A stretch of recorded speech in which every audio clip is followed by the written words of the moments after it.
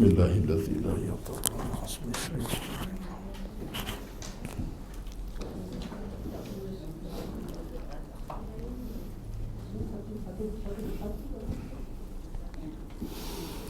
Bismillahirrahmanirrahim. La yadurru ma'a ismihi syai'un fil ardi wa la fis samaa'i was-sami'ul 'alim.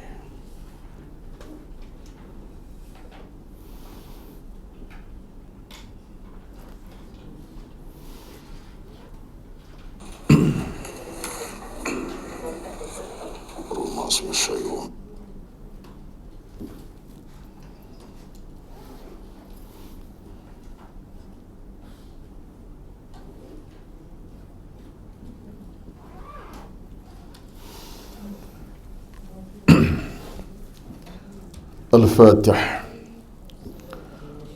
أعوذ بالله من الشيطان الرجيم. بسم الله الرحمن الرحيم. الحمد لله رب العالمين الرحمن الرحيم مالك يوم الدين. إياك نعبد وإياك نستعين. اهدنا الصراط المستقيم صراط الذين أنعمت عليهم غير المغضوب عليهم ولا الضالين. آمين.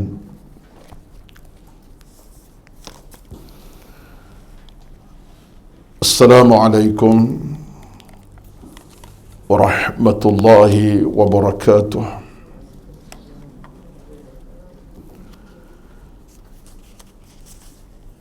إن الحمد لله نحمده ونستعينه ونستهديه ونستغفره ونعوذ بالله من شرور أنفسنا ومن سيئات أعمالنا. من يهده الله فلا مضل له ومن يضلل فلا هادي له. أشهد أن لا إله إلا الله وحده لا شريك له وأشهد أن محمدا عبده ورسوله. ربنا عليك توكلنا وإليك أنبنا وإليك المصير. اللهم أحسن عاقبتنا في الأمور كلها وأجرنا من خزي الدنيا وعذاب الآخرة. اللهم أعنا على ذكرك وشكرك وحسن عبادتك. اللهم رب اشرح لي صدري ويسر لي أمري واحلل عقدة من لساني يفقه قولي يا رب العالمين. أما بعد، أعوذ بالله من الشيطان الرجيم. يا أيها الذين آمنوا اتقوا الله حق تقاته ولا تموتن إلا وأنتم مسلمون. Ia bermaksud, wahai orang-orang yang beriman, bertakwalah kepada Allah dengan sebenar-benar takwa, dan janganlah mati melainkan mati dalam keadaan menyerah diri kepada Allah, mati sebagai seorang Muslim yang beriman. Sadaqallahul Azim. Surah Al-Imran ayat 102. Yang dihormati dan dikasihi Tuan Kuasa Pengurusan Program Kuliah Duha Masjid An-Nur USJ 4 Subang Jaya dan seluruh yang hadir pada pagi ini. Pertama-tama alhamdulillah, kesempatan yang berkat di pagi ke-17 Ramadan, 12 Ramadan saja je tu ya, 12 Ramadan Al-Mubarak ini, alhamdulillah Allah Subhanahu wa taala masih berikan kita rezeki, nyawa dan usia, alhamdulillah, rezeki kesihatan fizikal, Masya Allah, rezeki masa dan waktu yang cukup sempurna, alhamdulillah, untuk terus menunaikan ibadat Ramadan kita yang sudah pun masuk ke fasa yang kedua dalam tempoh sebulan Ramadan yang akan kita nikmati serba-serbi keindahan dan keistimewaannya. Amin rabbal alamin. Doalah pada Allah, mudah-mudahan Allah berikan kita rezeki untuk selesai Ramadan sebulan penuh tanpa ada pencobaan ataupun gangguan kesihatan ke ataupun apa sajalah. Kita doa begitulah, ya. Saya pun termasuk. Mudah-mudahan Allah permudahkan semua urusan-urusan yang datang daripada hati kita yang bersih, jiwa kita yang tenang, jiwa yang benar-benar nak kepada iman dan taqwa pada Allah Azza wa Jalla. Kerana itulah kata para ulama kita, sesuatu yang baik kita akan dapat, kita akan hasilkan kerana 3 sebab. Ini pandangan ulama lah, bukan hadis. Yang baik kita nak, kita akan dapat dengan 3 sebab. Kita nak kebaikan, kesihatan ke, nak dapat apa ya daripada Allah, 3 sebab. Yang pertama, kita banyak berdoa. Kathratud doa. Banyakkan doa. Banyakkan doa. Berterusan. Bila kita banyakkan doa, itu tanda kemahuan kita cukup tinggi. Allah takkan tolak rintihan hamba-Nya. Itu yang pertama. Untuk mendapat sesuatu yang baik dalam hidup, apa sajalah kesihatan, kenikmatan apa saja. Yang kedua, di samping doa kita banyakkan, yang kedua kita sentiasa jaga ibadat wajib kita. Ibadat wajib jaga. Kita minta pada Allah nak kebaikan, atau jaga solat wajib khasnya. Jangan kita, orang kata apa, abaikan yang wajib tapi minta pada Allah nak sesuatu. Tak munasabah langsung lah. Ya, bagaimana kita minta nak yang baik-baik pada Allah tapi yang wajib kita abaikan. Cuai, tak boleh. Jaga yang wajib dalam ibadah, khasnya solat itulah ketika mana kita minta pada Allah. Pertama, doa banyak-banyak. Kedua, jaga wajib, bab solat khasnya. Yang ketiga, untuk kita dapat sesuatu kita minta pada Allah, yang ketiga ialah kita minta dalam keadaan penuh kesungguhan dan bukti kesungguhan itu air mata. Al-buka min khasyatillah. Maksudnya, iringkanlah apa kita minta dengan air mata.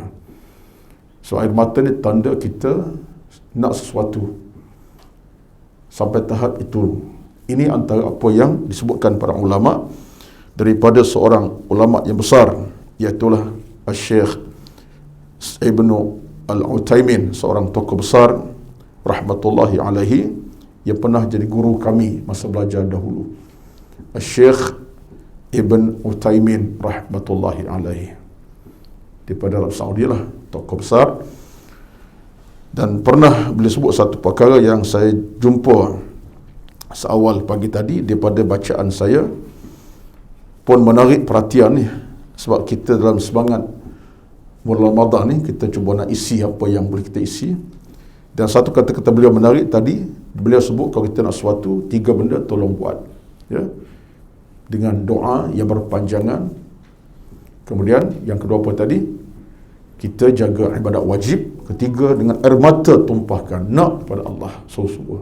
3 itu menjamin kita punya apa kita nak sampai dapat, insyaAllah.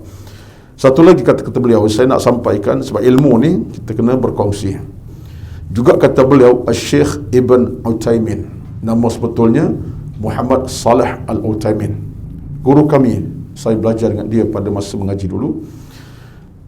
Dia sebut dalam satu tulisan yang disebutkan oleh kalangan penulis-penulis ceramah beliau, dia kata, du'auka liwalidika fi salati tarawih afdal, atau du'auka liwalidika fi salat tarawih atau salat tahajjud afdal bikathir min an tuzbah lahu atau an tuzbah lahu 10 niyaq. Dia kata, doa engkau kepada ibu ayah engkau dalam salat tarawih atau salat tahajud lebih baik daripada disembelih 10 ekor kambing. Kita sembelih kambing untuk bagi makan, baiklah kan? Niat sembelih kambing untuk bagi orang makan, baguslah. Tetapi dia kata doa kita ketika kita solat tarawih, solat tahajud, untuk siapa doa? Untuk ibu ayah kita. Maksudnya dalam kita duduk bertarawih, sela-sela dalam tarawih kita angkat tangan, ya Allah ampunkan dosa ibu ayahku, rahmatilah mereka. Kalau dah mati, minta kubur bercahaya. Kalau mak ayah masih ada, minta umurnya panjang dalam keimanan. Tak kira lah, hidup, cara hidup doa. Kalau dah mati, minta berkat dalam kuburnya, minta keampunan. Ibu ayah yang masih segar bugar, minta Allah panjangkan usia dalam keimanan, kesihatan baik. Doa kepada mereka ketika solat tarawih atau tahajud lebih baik daripada 10 ekor kambing untuk beri orang makan. Ini pandangan beliau. Saya kira satu perkara yang kita kena ambil kesempatan. Hari ini kita berada dalam keadaan mungkin mak ayah kita masih ada. Dalam bulan Ramadan masih ada dia. Ada yang sihat, ada yang sakit, ada yang keadaan tak berapa nak ceria dah kesehatannya. Doa. Yang masih hidup, ya Allah berikan mereka kesihatan baik, umur yang panjang, ya Allah, untuk dalam keadaan dapat beribadat dengan sempurna. Doa.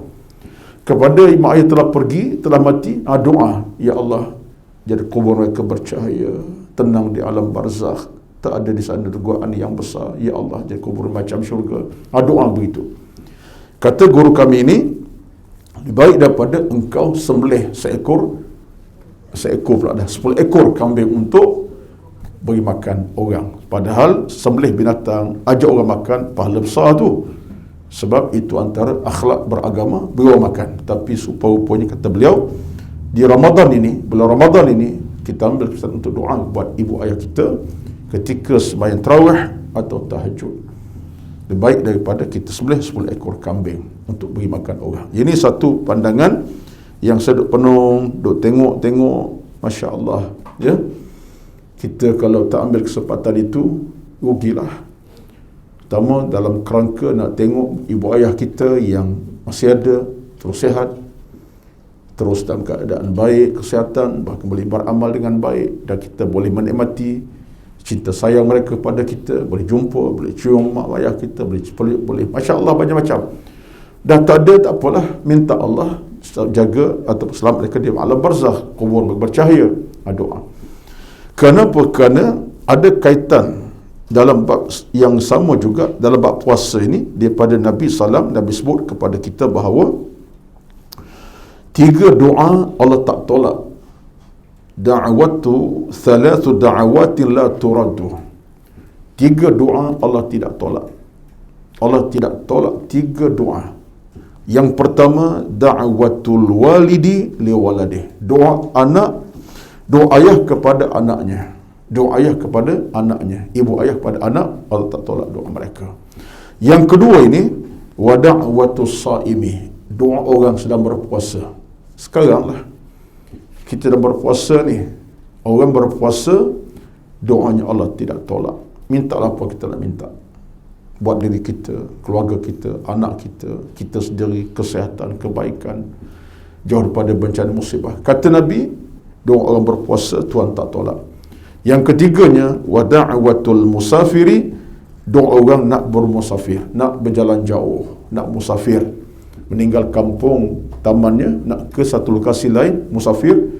Doa orang ni pun Allah tidak akan tolak daripada permintaan yang dia telah sebut kepada Allah Azza wa Jalla.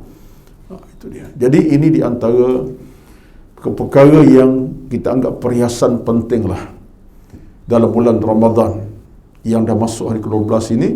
Kalau kita tak ambil kesempatan buat mak ayah kita, doa-doa bagi mereka, kita kerugian. Kalau kita tak ambil kesempatan doa kepada kita pun sama, kita kerugian. Jadi mudah-mudahan, saya harap dan saya doakan mudah-mudahan kita tidak membiarkan hari-hari Ramadan berlalu begitu sahaja, kecuali kita benar-benar memaksimumkan amalan-amalan Ramadan sebulan ini. 12 hari ini kita boleh cek baliklah sebenarnya. Hari pertama dengan hari ke-10 ada beza ke tidak? Hari kedua, hari ke-11 ada beza ke tidak? Hari ketiga, hari ke-12 hari ini, apa bezanya? dari sudut amal kita, kita kena semak balik lah. Saya cakap untuk saya, bukan orang lain. Sebab kita tidak boleh biarkan Ramadan berlalu begitu sahaja, sedangkan nikmat Ramadan bila kita dah bertemu dengannya, itu satu rezeki yang paling besar sekali. Sehingga kata setengah ulama, seseorang manusia yang masih dipanjangkan usia oleh Allah, tiba-tiba dia boleh sampai dalam Ramadan, bertemu Ramadan, itu nikmat paling besar. Allah beri nikmat macam-macam hidupnya, tiba-tiba temu Ramadan, itu nikmat paling besar. Sebab ada orang yang hidupnya Allah beri tapi tak dapat temui Ramadan atas faktor kematian ataupun sakit yang teruk. Sakit teruk pun tak boleh beribadat Ramadan, terlentang, bercakap pun tidak, suara keluar pun tidak, makan pun tidak, minum suap pun rugi juga. Ramadan bertemu tapi dia tak boleh ibadat, rugi. Apalagi orang telah meninggal dunia, tak sempat bertemu, kerugian tu ada. Tapi orang yang bila hidup tiba-tiba temui Ramadan, ini satu nikmat yang paling besar sekali. Anugerah Allah buatnya, dia kena ambil segera. Itu saya kira sebagai satu mukaddimah lah daripada saya kepada tuan-tuan dalam semangat Ramadan yang kita ada sekarang ini. Ada satu dua lagi ni sebagai peringatan Ramadan, saya kena sebut jugalah rasanya. Tak sebut hari ni, tak sebut dah, sebab kita kelas akhir Ramadan hari ni dah. 2 minggu lagi tak ada kelas kita ni. Dia ada satu lagi hadis Nabi SAW daripada Abu Daud. Ini pun satu benda yang kita kena ambil lah sebagai cakna kecaknaan yang besar, yang tinggi. Daripada hadis Abu Daud radhiyallahu anhu, daripada hadis Abu Hurairah radhiyallahu anhu, kata Nabi bersabda, "Ni'ma sahurul mu'mini at-tamru." Kata Abu Hurairah, Nabi bersabda, sebaik-baik sahur orang mukmin adalah dengan buah tamar. Ni'mas sahurul mu'mini at-tamru. Sebaik-baik sahur orang yang beriman ialah makan buah tamar. Di samping makan yang lain itu, diambil juga buah tamar sedikit dalam ketika sedang bersahur. Tak boleh 5 biji banyak sangat, sebiji. Ya, tak boleh 1 biji, separuh. Separuh tak boleh. Wallahu a'lam. Cukuplah. Ya, kata apa lagi? Kata Nabi, sebaik-baik sahur orang mukmin ialah buah tamar. Diambil buah tamar. Hadis daripada Abu Daud radhiyallahu anhu. Ini benda-benda macam ni kita tak nampak ni kelebihan, tapi kalau Nabi sebut sebaik-baik sahur buah tamar, pasti ada rahsia di sebalik amalan itu, sebab Nabi tidak meninggalkannya. Sesuatu Nabi buat, Nabi tak tinggal, ada rahsia yang menanti sebalik itu. Kita tak tahu, tapi ada rahsia. Itulah kita bila boleh mengamalkan sunnah Nabi secara konsisten, baik apa saja, itu satu rezeki yang paling besar sekali. Sehingga kata ulama, seorang yang boleh mengamali sunnah Nabi SAW secara konsisten, pasti dia akan dekat dan rapat dengan Nabi SAW. Ayyataqarraba bin Nabi, dia akan dekat dengan Nabi SAW. Secara fizikal pun dekat, ruh pun dekat. Sebab mengamalkan sunnah Nabi SAW. Apa lagi tentang sedikit tentang Ramadan ini? Cukuplah tu, ya. Kita masuk kepada tajuk kita lah pula. Tapi ini sebagai satu lagi antara perkara yang kait dengan Ramadan juga ialah dalam hadis disebut Imam Al-Bukhari, Muslim. Nabi sebut, tasahharu fa inna fis sahuri barakatun. Hadis Bukhari Muslim, Nabi sebut, bersahurlah kamu kerana sahur itu adalah kebarakatan, barakah. Sahurlah kamu kerana sahur itu barakah. Apa berkat sahurnya? Ada fizikal, ada yang ruhi. Yang pertama, kalau ikut fizikalnya, sahur itu dapat berikan kita kekuatan untuk berpuasa siangnya. Itulah kekuatan daripada sahur. Kita sahur, tiada kekuatan untuk berpuasa siangnya. Itu secara fizikal. Secara ruhi pun apa keberkatan sahur? Berkat sahur ialah kita mengamali sunnah Nabi SAW. Tak tinggal sahur. Kan itu sunnah Nabi SAW. Sampai Nabi kata apa? Tasahharu walau bijur'ati ma'in. Kita diminta bersahur walaupun air seteguk. Kata Nabi itu, tasahharu walau bijur'ati ma'in, bersahurlah kamu walaupun air seteguk je air. Minum habis, nak tidur dah, ataupun penat letih, contohnya kerana tak sambung tidur, ataupun nak ibadat sementara subuh masuk, walaupun air seteguk. Jadi kalau kita boleh amal sahur, itu sunnah Nabi. Ruhiyah sunnah Nabi lah. Kita buat apa Nabi buat. Adalah berkat yang lain kita tak nampak. Lepas tu kita jangan sombonglah sahur-sahur ini. Sebab ada orang kadang-kadang dia rasa dia gah, hebat, tak sahur pun tak letih. Itu sombong, bodoh namanya. Sombong dan bodoh sekaligus. Kenapa? Sebab Nabi ajar bersahur, dia tak nak. Itu namanya sombong. Nabi sebut sahur ada berkat, dia tak nak ambil berkat, itu namanya bodoh. Jadi sombong, bodoh. Jadi orang sombong bodoh ni tak boleh buat kira lah sepatutnya. Ya, jadi rugilah kita. Sebab itulah kita tak boleh nak makan banyak pun, air seteguk cukuplah. Kita dapat berkat sahur Nabi daripada Nabi SAW. Apa amalan sahur itu berkat bagi kita. Itu wallahualam. Pertama, ada orang yang begitu, anak-anak kita kadang-kadang jadi jenis yang tak nak bangun sahur itu. Dia kata, apalah mama, umi, angah okey je puasa ni, tak nak sahur pun, dah makan pukul 12 tadi. Itu makan malam, bukan sahur. Sahur mana waktu hampir kepada subuh. Sahur, as-suhur itu maksud waktu hampir subuh. Lil mutasahirin. Dia tak jadi pukul 2 tu sahur.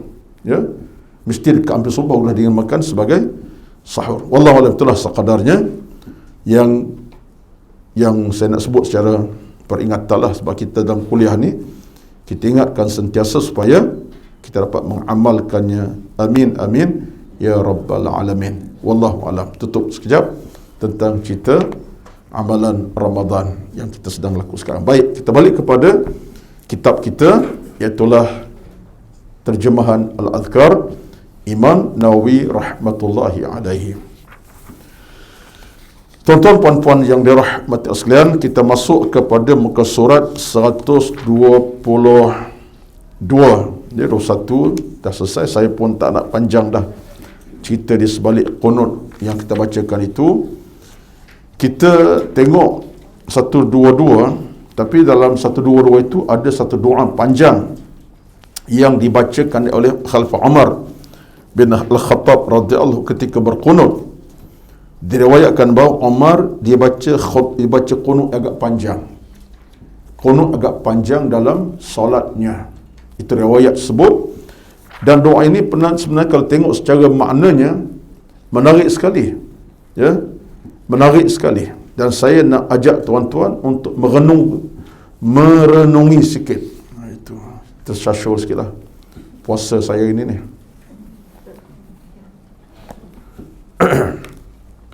Baik, kita renung sikit apa yang dibacakan Umar dalam qunut ini, yang disebutkan beliau membacanya kerap kali dalam subuh baginda Umar Al-Khattab ketika mana beliau jadi khalifah Islam yang kedua.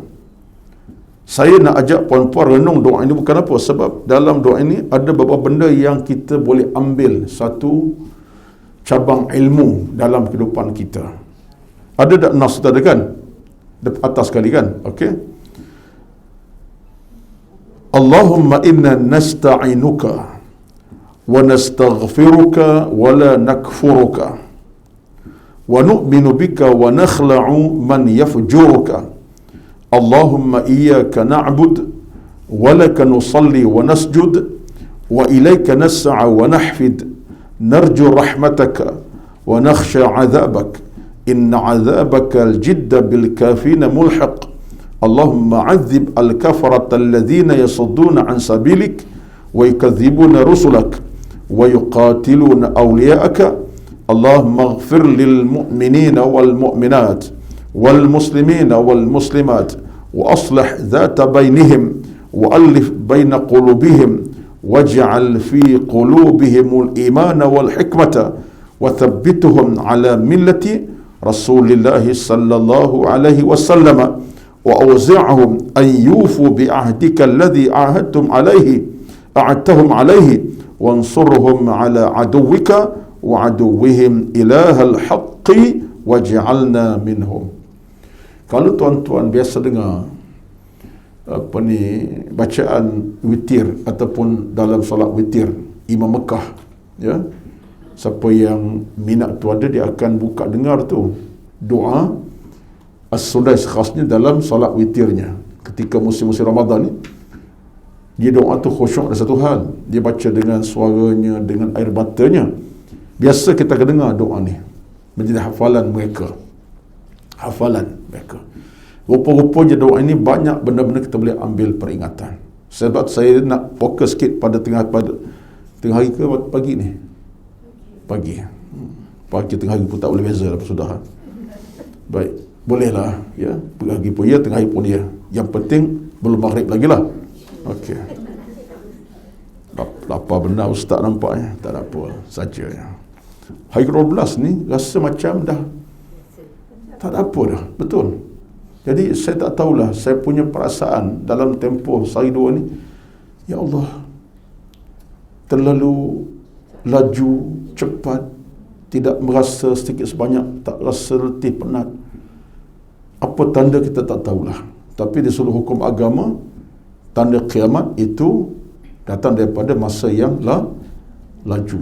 Masa cepat itu tanda kiamat. Tanda nak kiamat, masa makin laju. Seminggu macam sehari. Sehari macam api menyala kemudian padam, kata Nabi SAW. Al-yawmu kadurmati minan nar. Dia seminggu, sebulan macam seminggu. Seminggu macam sehari. Sehari itu macam api menyala kemudian padam. Itu kata Nabi tentang tanda-tanda nak kiamat. Jadi kita ambil keinsafan lah. Bukanlah besok kiamat, tapi tanda-tandanya. Begitulah perjalanan masa kita. Tahun 2030 dijangka kita bertemu 2 kali Ramadan. Ya, dalam diary, dalam takwim yang sedang disusun oleh pihak berkuasa, khasnya kalender Islam kita, 2030, mana 8 tahun lagi kita akan berpuasa 2 kali dalam tahun yang sama.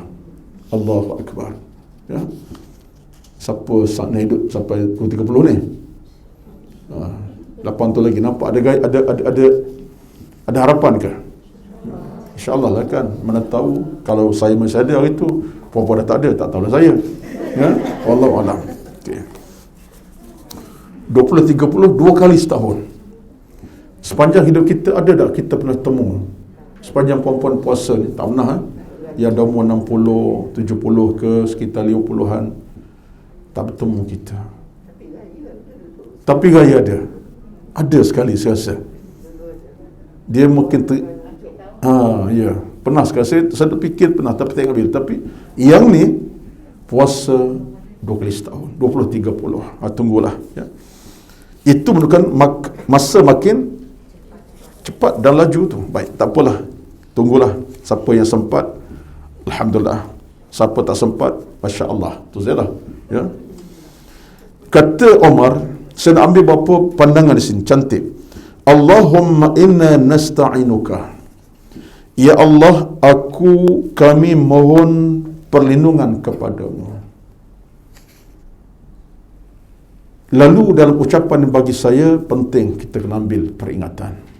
Biarlah walaupun ini sebagai doa tak wajib kita hafal, tapi maknanya tersirat dan boleh kita jadikan sebagai peringatan bersama. Amalan kita macam tu. Pertama, Allahumma inna nasta'inuka.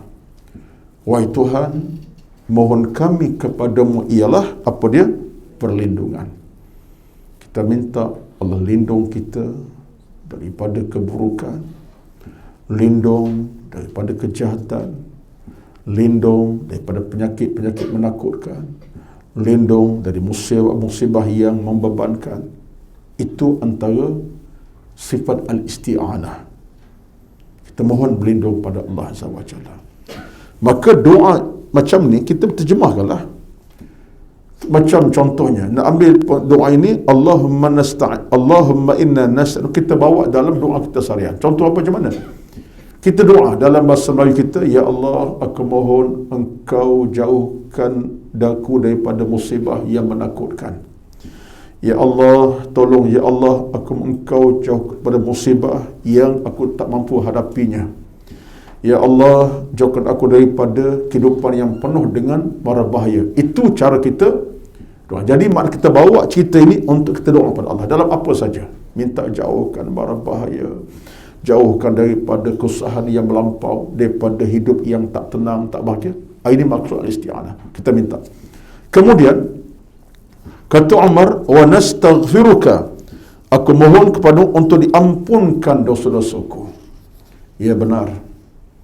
Dalam hidup ini, antara benda yang kita kena minta malam siang ialah diampunkan dosa. Ini kalau kita kait dengan Ramadan sebulan kita ni tuan-tuan, antara perkara yang kita nak kena sebut sentiasa malam, siang, pagi, petang, senja, dini hari, senja Ramadan, mohon ampun. Sebab Allah berjanji, Nabi berjanji kepada kita, man sama Ramadana imanan wahtisaban ghufira lahu ma taqaddama min dhanbih. Siapa yang berpuasa Ramadan penuh keimanan, mengharapkan rahmat Allah, Allah ampunkan dosa-dosanya. Kita minta ampun, kita pun sebut malam siang, Ya Allah, aku mohon ampun.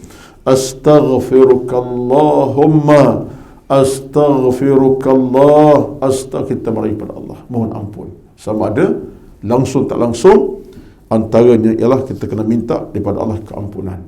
Betullah minta ampun ini hukumnya wajib dalam Islam.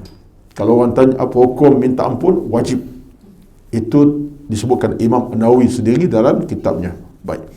Yang kedua, yang ketiganya, Umar minta apa? Wala nakfuruka, dan mohon kami kepadamu ya Allah, selamat kepada kami tak kufur kepadamu ya Allah. Kami tidak engkar kepadamu. Kufur mana engkar. Pun satu permintaan kita kena angkat pada Allah. Jangan jadikan kita ini hati berkeladak dengan dosa sampai tahap engkar pada agama. Sebab itulah kata setengah ulama, ini pandangan ulama juga, termasuk kata Al-Imam Al-Ghazali rahmatullahi alaihi. Apa sebab kita ni kadang-kadang jadi manusia cepat kufur pada Allah? Kufur, engkar. Kenapa? Sebab yang utama kan hati kita dah rosak. Hati mati, hati rosak, punca besar jadikan kita kufur, ingkar kepada Allah Azza wa Jalla. Bila hati rosak, bila hati dah jadi hitam pekat dengan dosa maksiat, kita jadi orang yang mudah kufur pada Allah Azza wa Jalla. Oleh itu dalam Islam ini, bersihkan hati wajib. Bersihkan hati suatu tuntutan besar dalam Islam. Proses bina hati mesti berlaku dengan cara mana? Minta ampun pada Allah Azza wa Jalla. Buat kebaikan sebanyak mungkin. Banyak buatkan amal saleh. Itu proses utama untuk tidak kufur kepada Allah Azza wa Jalla. Wala nakfuruka. Baik. Kemudian kata Umar, wa nu'minu bika. Ya Allah, tolonglah kami untuk kami beriman kepadamu ya Allah. Mana kami ni nak jadi hamba yang tunduk, yang sayang, yang kasih, yang cinta Engkau ya Allah, secara penuh keinsafan. Bulat hati kami, sayang padamu ya Allah, kami akur, kami taat kepada. Itu maknanya beriman kepadamu ya Allah. Umar kata lagi, wa nakhla'u man yafjuruka. Ya Allah, mohon kami kepadamu, bebaskan kami daripada orang-orang yang kafir. Mana bebas kami daripada orang-orang yang cuba nak merosakkan kami, nak bebas daripada orang yang boleh binasakan kita. Sebab dalam hidup ini tuan-tuan, kita kena ingat, musuh dalam Islam ada berapa? Ya, soalan kuis untuk hari ini, hadiahnya lepas raya. Nanti Dr. Irma bagi hadiah lah ya. Dalam hidup berapa musuh kita ada? Soalan ni soal ilmu ni. Lama duk mengaji kita ni, soalan kadang-kadang kena ditanya supaya boleh ingat balik, recall balik apa kita mengaji selama ini. Boleh buat catatan dan boleh sebut pada anak kita, Bang Long, Mama nak tanya hari ini soalan ringkas dan mudah beri jawapan. Apa musuh dalam hidup kita orang Islam? Dan berapa musuh kita ada? Janjilah hadiah sikit. Hadiah, insyaAllah. Kalau dapat jawab, Mama buka puasa, ajak Alung ke puasa, nanti insyaAllah. Tempat yang eksklusif lah contohnya. Contoh. Kalau tanya, berapa musuh kita ada hidup ini? Musuh orang Islam, kita lah. Boleh jawab? Tak boleh. Ustaz jawablah. So kami buat apa? Kami nak catat ni. Saya faham lah, saya akan beri jawapan. Paling tidak, bukanlah semuanya maksimum. Paling tidak berdasar hadapi 5 musuh kita hadapi dalam hidup. 5 musuh kita ada. Yang pertama, musuh kita kata Nabi sebut ni. Yang pertama, mu'minun yahsudu. Orang mukmin dengki kepada kita. Sembahyang satu saf dengan kita. Ke masjid pun sama-sama pergi. Sembang depan rumah, depan mana jumpa, senyum, ketawa, molek-molek adah pun. Tetapi dalam hatinya dengki dengan kita. Ada benda tu. Harap bukan kita lah, dekat orang. Jangan. Cerita ini mukmin dengki kita. Nabi sebut ni. Mu'minun yahsudu. Orang mukmin dengki dengan kita. Tak boleh tengok kita lebih sikit. Depan kita jangan cakap lah pijak semut tak mati. Ya, lembut bercakap, tapi dalam hatinya aku geram orang ni, aku benci. Yang pertama, mukmin dengki kepada kita. Yang kedua Nabi sebut musuh ni. Yang keduanya ialah orang munafik yang benci. Wa munafiqun yubghiduhu. Orang munafik. Orang munafik ni sama-sama Islam juga, tetapi benci kepada kita. Ada sifat benci. Tak suka dengan kita. Adalah benda yang dia tak suka dengan kita. Yang munafik kepada Allah. Yang ketiga, kata Nabi SAW, kafirun yuqatiluhu. Orang kafir yang akan menyerang dan merosakkan kita. Musuh tu. Apa cara orang kafir buat? Macam-macam lah. Dunia zaman moden, dia tak perang melalui senjata dah. Dia serang cara dengan izm dengan program macam-macam. Musuh kita tu, dia bawa masuk benda-benda yang mengarut dalam masyarakat orang Islam kita. Sehingga orang Islam kita habis akhlak untuk kerana hal ini. Banyaklah. Yang ketiga. 3 dah. Yang keempat, nafsun tunazi'hu. Ni nafsu kita sendiri. Yang tak pernah ada sempadannya. Asyik-asyik duk goda kita buat benda yang tak elok. Dalaman kita sendiri. Kita bertemu dalaman kita. Buat tak buat, akhir tak buat. Sebab nafsu dah ajar kita, jangan buat lagi lah. Derma-derma buat apa? Orang dah bagi dah. Contohnya. Elok-elok dah pegang beg tu, beg pula bukan kecil besar. Ya, dah seluk masuk dah. Contohnya. Bukan sini, tempat lain lah. Ya. Tak jadi nak derma dah. Sebab nafsu kata, tak payahlah, pakai lagi, tak payah. Dia bisik kita. Orang sebelah bagi 100 tu, kau nak bagi juga. Nanti kemudian esok lah. Esok pun sama. Contoh. Jadi kaitlah contoh yang lain. Itu contoh mudah nak faham. Nafsu kita sendiri yang jahat cuba untuk merosakkan iman dan amal kita. Menyebabkan kita terpesona dengan nafsu kita yang buruk. Kita tak buat. Mungkin kita tak buat apa yang kita buat. Yang keempat, nafsu kita yang serang kita sendiri. Bukan orang lain. Yang kelima, itu paling jelas lah. Siapa yang jelasnya? Syaitanun yudhillu. Syaitan yang menyesatkan kita malam siang. Ini makhluk, tapi datang masuk dalam hati kita. Syaitan. Dia boleh berupa macam-macam bentuk masuk hati kita. Akhirnya syaitan menyesat kita. Ini sekurang-kurangnya 5 musuh Nabi sebut hadis yang berada dengan kita lebih. Jadi sebab itulah bila kita sebut wa nakhla'u man yafjuruka ini, ya Allah kami nak jauh daripada orang-orang kafir yang merosakkan kami, betul lah tu. Sebab dalam hidup ini kata Umar tentang hadis ini, tentang doa ini, nakhla'u man yafjur, yang boleh merosakkan kita. Sebab tu kadang-kadang puan-puan dirahmati Allah sekalian, ini dalam faktor dalam ilmu tasawuf lah ni. Kalau kita belajar ilmu tasawuf, ya puan-puan semua, kita diminta sangat untuk buat 2 perkara. Ini kalau orang mengaji ilmu tasawuf, dalam banyak tulisan para ulama tasawuf.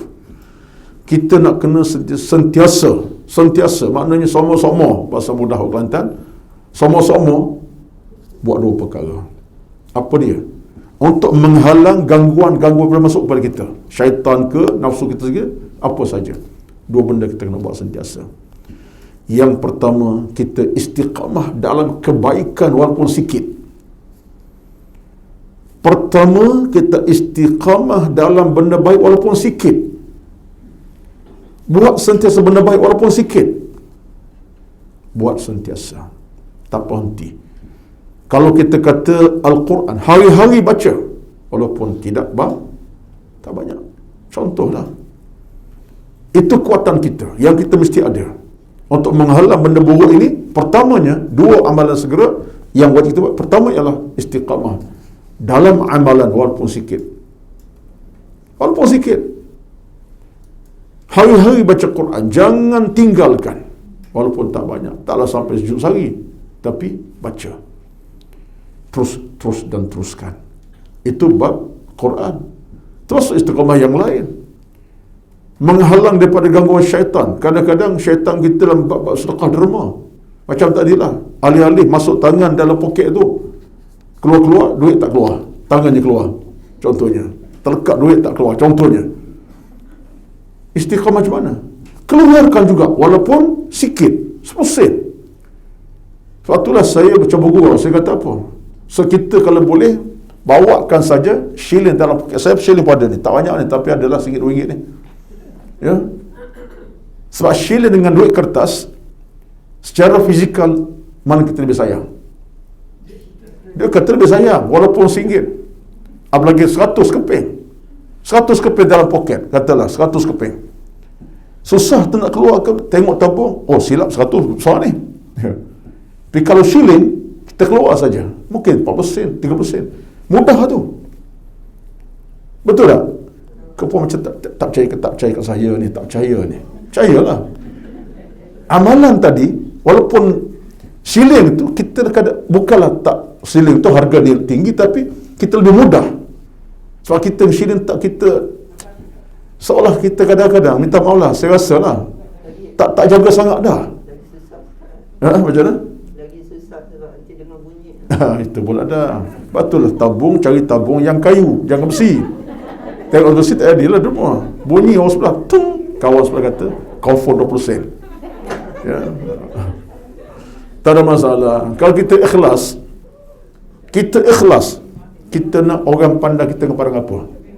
Dia kata apa? Dia kata lah, kita dengan Tuhan ada keikhlasan. Sebab amal ni, kita dengan Tuhan, bukan dengan dia. Dia kata, 20% je bagi dia, tapi bagi Allah, Allah tak kata, kalimah 20% je. Allah kata, aku terima sebab kau buat dengan keikhlasan. 10%. Ini hakikat agama ni tuan-tuan. Kalau kita ukur dengan orang, susahlah kita. Sebab kita akan nampak orang lebih pada kita, derma pun lebih dia, kita duk rehat sajalah, nak bagi lebih, tak ada. Jadi dalam agama kalau ukur dengan orang, kita letih. Pada agama ni, dalam susunan macam tu. Nabi tengok apa dia? Kata Nabi, la tanzuru ila man fawqikum wanzuru ila man asfala minkum. Hadis. Agama ni, jangan pandang orang atas pada kamu, tolong pandang orang di bawah daripada kamu. Nabi ajar macam tu. La tanzuru ila man huwa fawqikum wanzuru ila man huwa asfal minkum. Kamu jangan pandang orang lebih tinggi pada kamu, pandang orang lebih bawah. Makna kita kena lebih rasa syukur pada kita orang bawah. Aku ada kenderaan, walaupun tidaklah apa ni Audi, contohnya adalah apa dia? Viva, contohnya. Kawan itu motor pula, satu motor tu 5 orang naik, suami isteri, anak 3 orang tu, betul. Kan tengah musim pula, musim cuaca tak menentu, panas, hujan panas. Bayangkan dengan hujan yang turun basah kelima-lima ekor, kita kurang ada Viva. Kita pandang dengan suasana, Allah, dia lebih kurang pada aku, ya Allah, sedihnya aku ada kereta walaupun Viva, alhamdulillah. Jangan pandang belah kiri pula keretanya Merc A Berapa? 500, 500 ke? Saya tak kerti sebut lah, sebab tak ada. Ya? Harga setengah juta, mungkin sejuta. Kita pakai Viva, tengok sebelah, pening kepala. Allah, pasal kata dia, ish. Hebat dia. Kita bakal terasa, aku nak kaya macam mana. Akhirnya, lama felat kita pergi lagi. Kena horn belakang. Dia khayal macam-macam. Dia pandang belah kiri yang mewah, kita demam tak ke bawah. Tengah drive pun mikir juga, hebat kata dia.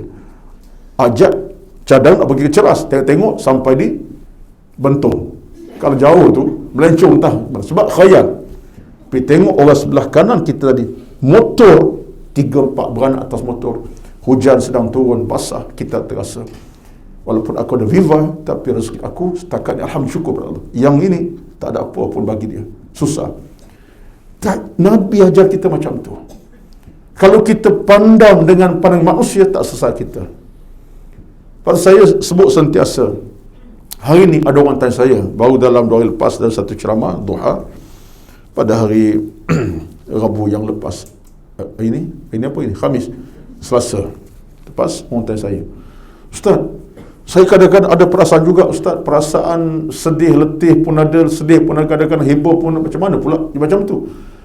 Saya tengok orang Ustaz buat sampai 20 tarawih, saya ada masalah kaki, tak boleh nak tahan lama, ada masalah lutut, tak boleh bangun lama, tak boleh pergi lama, saya buat 8 je ya, tapi saya terasa macam tengok orang 20 rasa macam cemburu pun macam-macam. Saya kata, puan tak selesai ke masalah tu. Sekarang ni 2 benda saya nak tanya puan. Pertama, tarawih tu wajib ke sunat? Sunat. Jadi sunat, dia bukan wajib. Yang kedua, puan sihat ke kurang sihat? Kurang sihat. Bila puan kurang sihat, yang 20 mungkin dia lebih sihat. Puan boleh buat 8 rakaat, itu pun satu nikmat. Cuba kalau puan terlentang tak boleh datang ke surau, jangan Ustaz doakan saya. Bukan doa saya kata, dia memang saya doakan dia pula dah. Kalau puan terlentang tak boleh bergerak, tak boleh 2 rakaat pun tak boleh, terlentang di rumah tak bergerak, katakan orang suap makan, puan rasa macam mana? Ustaz, kalau saya tahu tu saya tak seronok Ustaz. Sekarang saya boleh lagi sembahyang walaupun rakaat di atas ke kursi duduk. Saya kata syukur pada Allah Azza wa Jalla. Kenapa kita sampai dia fikir 20 sekian-sekian, kita boleh buat 8, syukur pada Allah. Itu rezeki. Tengah-tengah kita tubuh tak sihat, kaki tak boleh berdiri lama, berjalan pun tak boleh laju. Rezeki dah tu. Jadi kita kadang-kadang fikirlah orang lain, tengok orang, susah kita. Sebab tu dalam agama ni kita kena betul niat kita, matlamat kita dan tujuan kita kerana Allah Azza wa Jalla. Ini satu hakikat. Ini peringatan untuk bersama. Cuma tinggal lagi kita kena istiqamah tadi. Istiqamah. Buatlah sentiasa. Baik, itu yang pertama. Istiqamah 2 kan? Betul tak? Saya kata 2 kan? Kelima 2. Saya tak lupa sebab saya catat tu. Nak tahu puan-puan je catat tak catat. Baik. Maka kita tolong kekalkan dalam hidup 2 benda. Pertama, istiqamah. Walaupun sikit buat. Sedekah tak boleh banyak, sikit-sikit pun tak apa. Hari-hari pun buat sedekah. 20 sen, 30 sen sikit. Cuma tertarik tadi kata hajah kita, jangan cari tabung yang besi. Betul tak? Ya. Tapi apa masalahnya? Itu dia. Buatlah. Baik. Yang keduanya ialah jangan kita abaikan dalam kita buat ibadat ini, kita sentiasa banyakkan istighfar kepada Allah Azza wa Jalla. Seulang balik, ini kalimah yang jangan lupa istighfar.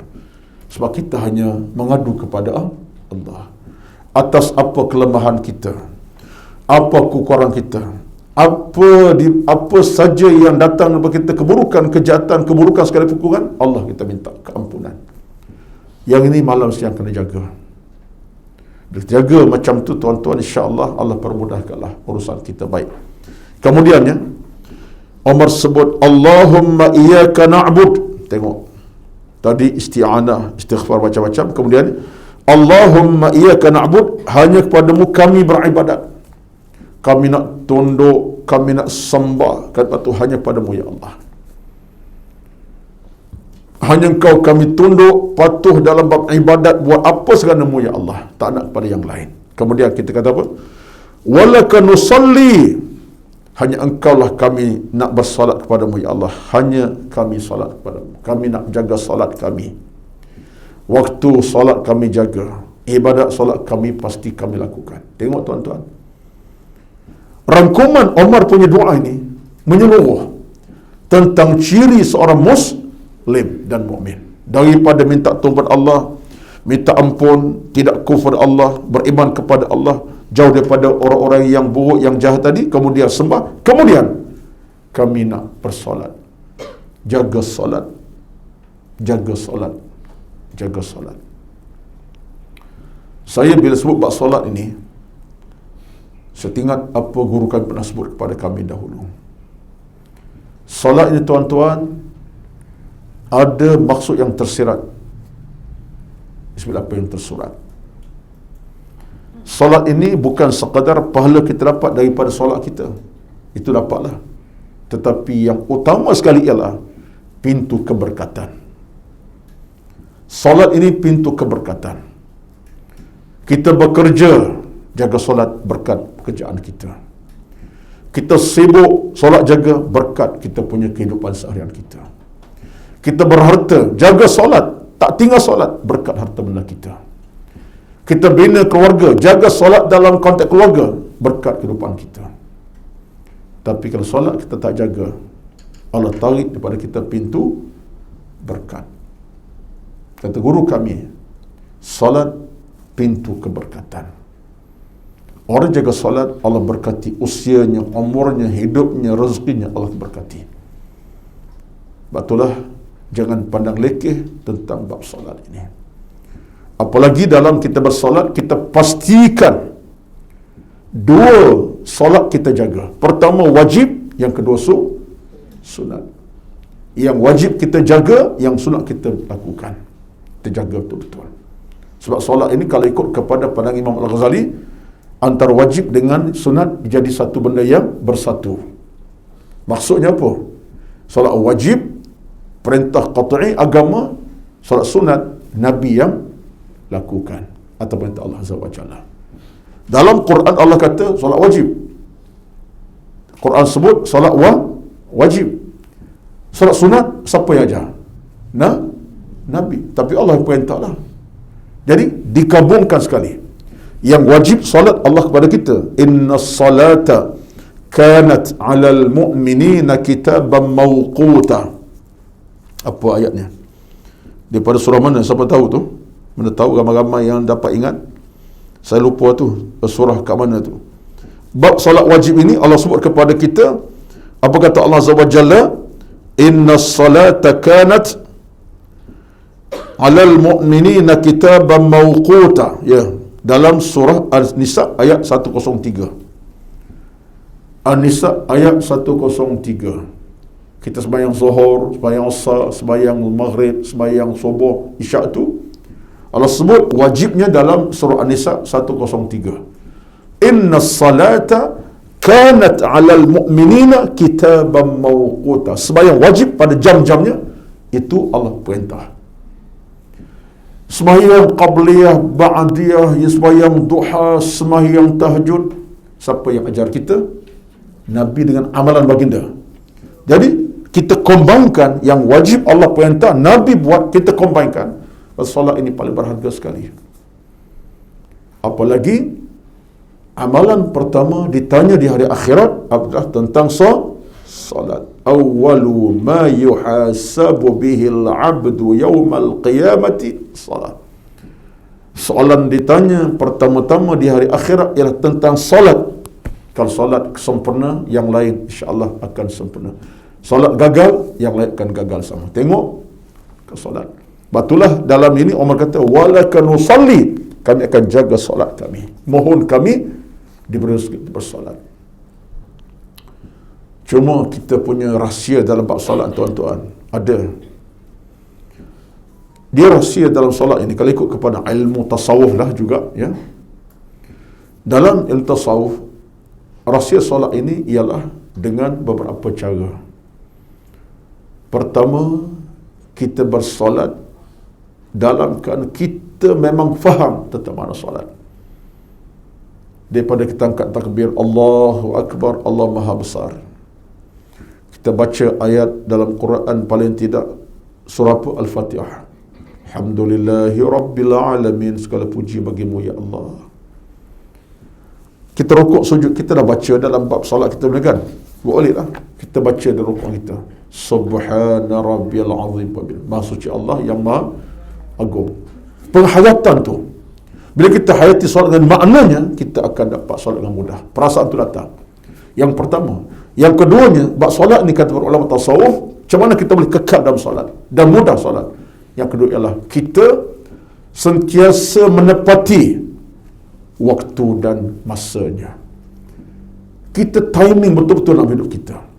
Ni sekarang ni dah pukul 11.30 pagi. Tahu tak pukul apa zuhur hari ni contohnya? 1.16 lebih kurang. Suku boleh lah. Contoh terbaik lah, Puan Hajar boleh sebut. Kita jaga tu. Asar kita coba apa? Maghrib hari ni ke semua orang tahu. Tak bimbang. Ramadan tak ada siapa tak hafal. Tengok, memanglah. Betul lah tu.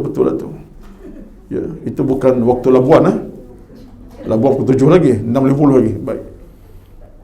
Kita jaga waktu sampai tahap kita berhati-hati. Kita seolah menanti 1.16 zuhur. Pukul 1 kita dah tak selesa dah. Kalau kita jaga solat, seolah kita nak pukul 1 nak berjalan ke mana nak pergi, kita terasa bukan solat, ada waktu nak ke mana ni. Tunggu nak solat. Seawal waktu masuk. Itu orang yang jaga. Maghrib tu satu katalah tidak Ramadan sekarang. Ini bulan Syawal Zulqa'dah. 7.21 Maghrib. Kita tak selesa pukul 7 nak pergi pasar malam. Tak selesa. Walaupun suami kata, yang jom kita pukul 7 ni kita pasar malam. Cari ikan kembung sikit, ikan talapia ke ikan apa. Jiwa mukmin akan kata apa? Mana boleh 7 nak pergi ke pasar. Pergi sebelum lagi tu lah. Dekat maghrib 2 minit lagi. Jiwa tak tenteram. Sebab ada dia punya apa tu? Hubungan dengan solat itu. Kita seolah tak berapa nak selesa nak keluar pada ke kedai ke pasar jam 7 maghrib, hampir 20 minit. Apalagi nak pergi santai makan-makan. Jam 7 tu lah angkat bakul, bawa anak pergi kedai tom yam. Masuk dekat maghrib 2 minit, tom yam sampai. Panas pula. Akhirnya dekat isyak sampai rumah, ustaz maghrib sempat. Betul lah sempat, tetapi jiwa kita kalau orang beriman, dia tak akan selesa. Tengah makan itu tiba-tiba azan berkumandang. Ui, jiwa kita bergejolak tuan-tuan. Betul tak? Betul lah tanya perempuan sebab mengaji. Tanya dia saya tak mengaji. Tak rasa apa. Betullah azan maghrib tengah kumandang, senyum biasa. Lagi rancak imam dengan taranum masa izan, dia lagi rancak berbual. Sebab minta maaf sebut, jiwanya tak tingkat dengan time solat. Ini bukan akhlak baik. Ini prospek dalam bersolat ni. Kata orang tasawuf, kita tingkat dengan time. Seolah kita terikat dengan masa itu satu kebaikan. Itu dua. Yang ketiganya, dalam bersolat ini, kata para ulama, ialah bila kita sudah terbiasa dengan satu waktu tertentu dalam solat, kita tak akan selesa meninggalkannya. Kita dah biasa duha setiap hari. Duha sunat, tetapi kita terbiasa dengan duha. Cuma setelah kita terlupa kerana faktor sibuk, kita rasa menyesal tu. Allah, aku dah pukul zuhur dah. Aku tak sembahyang duha, ya Allah. Terasa kita punya bebanan tu macam dosa. Padahal tak dosa pun. Tinggal duha bukan dosa, tapi terasa tu macam satu bebanan. Ini kekuatan kita. Tapi sebenarnya puan-puan, bukan semua orang dapat ni. Melainkan orang yang ada kekuatan. 3, yang keempat. Kenapa solat macam kita nak kekalkan? Yang keempat ialah kita solat dengan tertib, dengan tamak ninahnya. Bukan solat intang pukang. Allah Akbar, alhamdulillah. Bukan begitu. Dengan tamak ninahnya. Dengan tertibnya. jaga. Sebab bila anda solat, anda sedang menghadap siapa tu? Tuhan yang maha berkuasa besar, Raja segala Raja, Allah Azza wa Jalla. Adab kita jaga, tertibnya, pakaian pun sempurna, cara, sebab kita menghadap Tuhan segala-gala, Tuhan yang maha besar. Tak ada Tuhan itulah tu satu tu, Allah SWT yang maha besar, Raja segala Raja. Itu di antara 3-4 perkara yang kaitan solat. Ini semua dibincang ulama tasawuf dalam proses penyucian hati kita. Baik, kata Umar, walaka nusalli, kami sembah, wa nasjud, dan kami nak sujud kepadamu ya Allah, kami nak cecahkan dahi kami ke bumi, tanda kami akur akan kebesaran, kami hina sehina. Ini tuan-tuan, wa ilaika nas'a, dan kepadamu lah kami berusaha. Usaha apa? Usaha cari ilmu, cari kebaikan buat pahala. Kemudian wa nahfidu, dan kami bergegas. Nahfidu makna kami cepat-cepat, tak lenggang maklimah lah maksudnya. Tak tahulah kenapa maklimah jadi bangsa, tidak kalimahnya, tidak ke Aisyah ya. Betul tak? Orang kata macam apa sebutlah, lenggang macam lenggang maklimah ya. Nahfid mana kita bergegas, tak ada nak main-main, postpone tangguh, tak ada. Kemudian kita kata narju rahmataka, tengok tu Umar kata apa, kami harap rahmatmu ke atas kami ya Allah, tolonglah kami, rahmatmu ke atas kami ya Allah, tolonglah. Kemudian wa nakhsha azabak, kami takut azabmu ya Allah. Tengok, ini doa tuan-tuan cukup lengkap, rintihan daripada minta tolong sampai kepada nakhsha azabak, kami takut azabmu yang besar ya Allah, azab seksa pedih ya Allah, kami takut nerakamu, api nerakamu ya Allah. Tengok tuan-tuan, kata Umar, inna azabakal jadda bil kafirina mulhik. Kenapa? Kerana seksamu di peruntuk orang kafir itu ya Allah memang pasti. Seksa itu pasti datang. Bila orang itu kufur, seksa akan datang. Kami takut. Wa nakhsha azab, kami takut ya Allah akan azab. Puan-puan, masa saya tengok tak mengizinkan ya, 11.35 dah, sekarang 34. Kalau bulan puasa tak masak tengah hari pun, kami letih Ustaz, kami dah tadarus dah 2 jam tadi, nak rehatlah juga belum zuhur, saya raikan ya. Sebab walaupun daripada mask dipakai, nampak gerak kening tu orang nak marah, dia kening bergerak tu lain macam ya. Bulan depan ni kening bergerak dah, saya berhentilah. Tuan-tuan, apa pun cerita kita pagi ni, walaupun kita bercakap benda macam, tapi untuk nak bawa kepada kita cerita Umar ni, itu rintihan lengkap orang mukmin. Bila ambil sikap macam ni, insya-Allah kita akan berada rahmat Allah Azza wa Jalla, minta pada Allah Azza wa Jalla. Maka Ramadan tuan-tuan, jangan lupa doa banyak-banyak. Kerana Nabi sabda, da'watus saimi la turaddu hatta yuftira. Orang berpuasa, doanya Allah tak tolak hingga dia buka puasa. Hinggalah masuk ke puasa, Allah dengar apa doa kita kepadanya. Sekarang pun, itulah sekadar pertemuan kita pada hari ini. Ikut kepada jadualnya, kita bertemu selepas raya nanti insya-Allah. Selepas raya bila